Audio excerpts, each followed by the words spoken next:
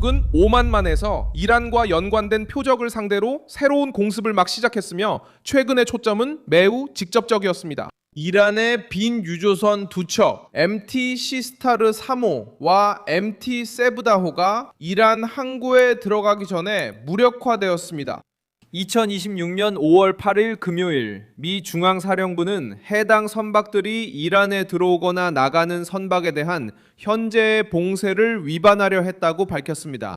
이 작전은 미국 해군의 F-18 슈퍼 호넷 전투기가 항공모함 USS 조지 A.W. 부시에서 출격해 정밀 유도탄으로 유조선의 굴뚝을 타격하여 목적지 도착을 저지하는 방식으로 수행되었습니다.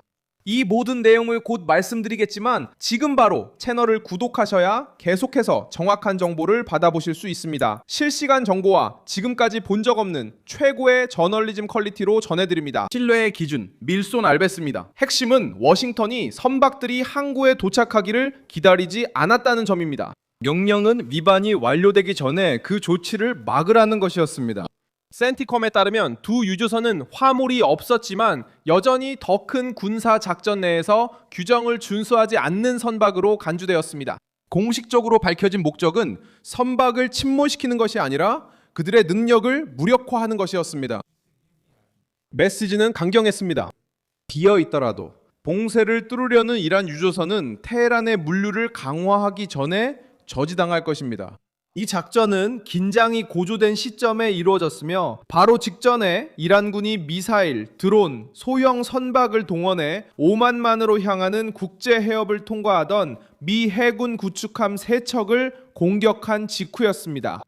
관련된 함정들은 USS 트럭스턴, USS 라파엘 페랄타, USS 메이슨이었습니다. 센티컴은 어떤 미군 자산도 피해를 입지 않았으며 위협이 모두 요격되었다고 밝혔습니다.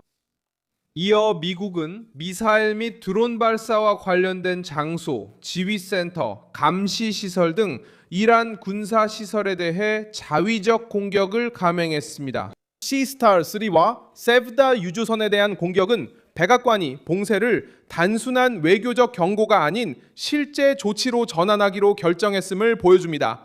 이 봉쇄는 이란 석유와 관련된 선박의 입출항을 겨냥하고 있으며 이는 정권에 있어 매우 중요한 분야입니다. 센티컴은 이미 여러 상선이 운항을 중단했으며 작전의 이행을 보장하기 위해 50척 이상의 선박, 이 경로를 변경했다고 밝혔습니다. 국제뉴스에서는 70척이 넘는 유조선이 이란 항구에 들어오거나 나가는 것이 막히고 있다는 소식도 전해지고 있습니다.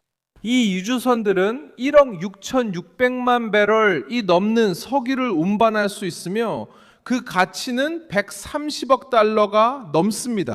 이 사건은 두 척의 선박에서 시작되지 않았습니다. 이틀 전인 5월 6일 미국은 이미 오만만에서 또 다른 이란 유조선인 엠테라와스나를 무력화했습니다. 이 유조선도 비어 있었습니다. 그 작전에서 USS 에이브러햄 링컨에서 출력한 FA-18 슈퍼 호넷 전투기가 20mm 기관포로 선박의 키를 타격했습니다.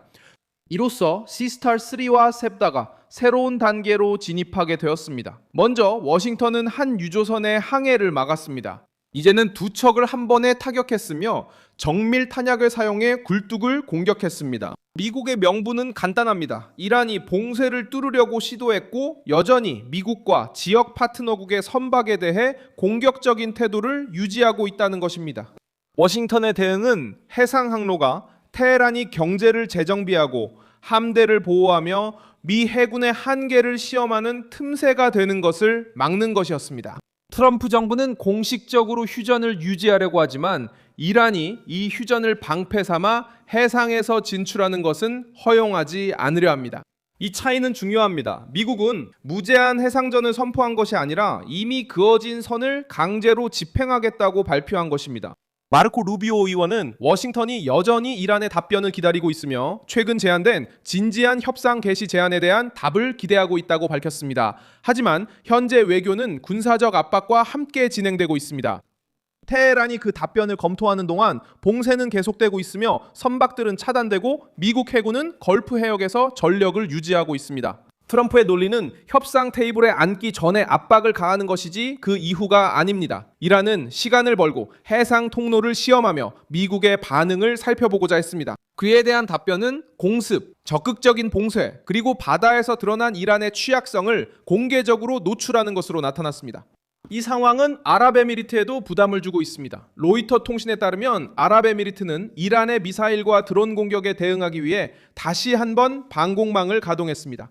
문제는 유조선을 넘어 더 넓게 확산되고 있습니다. 이란은 워싱턴만 압박하는 것이 아닙니다. 이란은 해상 안정성, 에너지, 무역, 보험에 의존하는 걸프 국가들 역시 압박하고 있습니다. 시스타3와 세브다에 대한 조치는 즉각적인 경제적 영향을 미칩니다. 비록 화물이 없어도 유조선들은 이란 석유의 물류 체계에서 중요한 역할을 합니다. 긴 선박이 항구로 돌아오면 다시 적재되고 재배치되어 비밀스럽거나 반비밀스러운 수출 네트워크에 다시 투입될 수 있습니다. 이 팡을 막음으로써 미국은 선박이 다시 운송 사이클에 들어가기 전에 선단 보충을 차단하는 것입니다. 이것은 정권을 압박하는 방법입니다. 그래서 sem depender apenas de sanções no papel.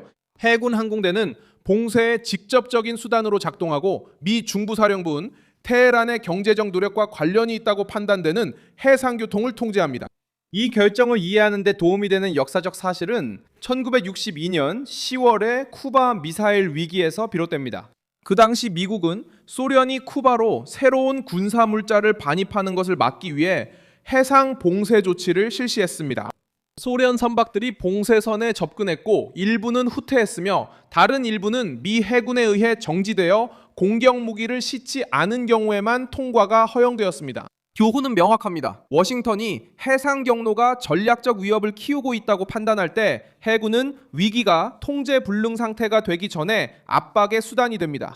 현재의 경우 차이점은 화물이 쿠바의 핵미사일이 아니라 이란을 지탱하는 경제 및 해군 구조라는 점입니다. 그러나 원칙은 비슷합니다. 선을 정하고 바다를 감시하며 상대방이 후퇴하거나 위반의 대가를 감수하도록 강요하는 것입니다. 다른 국가들도 이미 적대적인 정권에 대한 압박 수단으로 선박 통제를 사용한 적이 있습니다. 2019년 영국 해병대는 지브롤터에서 이란 유조선 그레이스 1호를 시리아로 석유를 운반한다는 의심하에 납포했습니다. 이는 위반 행위였습니다. 이 조치는 테헤란에 화나게 했지만 한 국가가 제재를 진지하게 시행하기로 결정할 때 선박, 화물, 항로가 정치적 표적이 될 수 있음을 보여주었습니다. 유럽연합 자체도 G7과 함께 해상으로 운송되는 러시아산 석유에 대한 메커니즘을 만들어 모스크바의 수익을 줄이고 전 세계 에너지 시장을 완전히 차단하지 않으면서 경제적 압박을 유지했습니다. 이제 다음 단계는 두 가지 측면에 달려 있습니다. 군사 분야에서는 미 중부사령부가 봉쇄를 유지하면서 이란 유조선들이 예외를 일상으로 만드는 것을 허용하지 않아야 합니다. 외교 분야에서는 누비오가 테헤란의 답변을 기다리며 진지한 협상이 있을지 아니면 새로운 대립 국면이 펼쳐질지 지켜보고 있습니다. 하지만 미국의 압박은 이미 셈법을 바꿔놓았습니다. 이란은 선박을 이동시키려 했고 두 척의 유조선이 무력화되는 것을 목격했으며 여전히 행동할 준비가 된 미군 함대의 압박을 받고 있습니다. 저는 밀손 알비스 국제관계 전문가입니다. 그리고 저의 목적은 매일 진실로 여러분께 정확한 정보를 전해드리는 것입니다. 뉴스 링크는 영상 설명란에 있습니다. 이 영상에 좋아요를 눌러주시고 채널을 구독해주세요. 그리고 마지막에는 댓글도 확인하셔서 밀손 알비스 커뮤니티와 더욱 활발하게 소통하시기 바랍니다.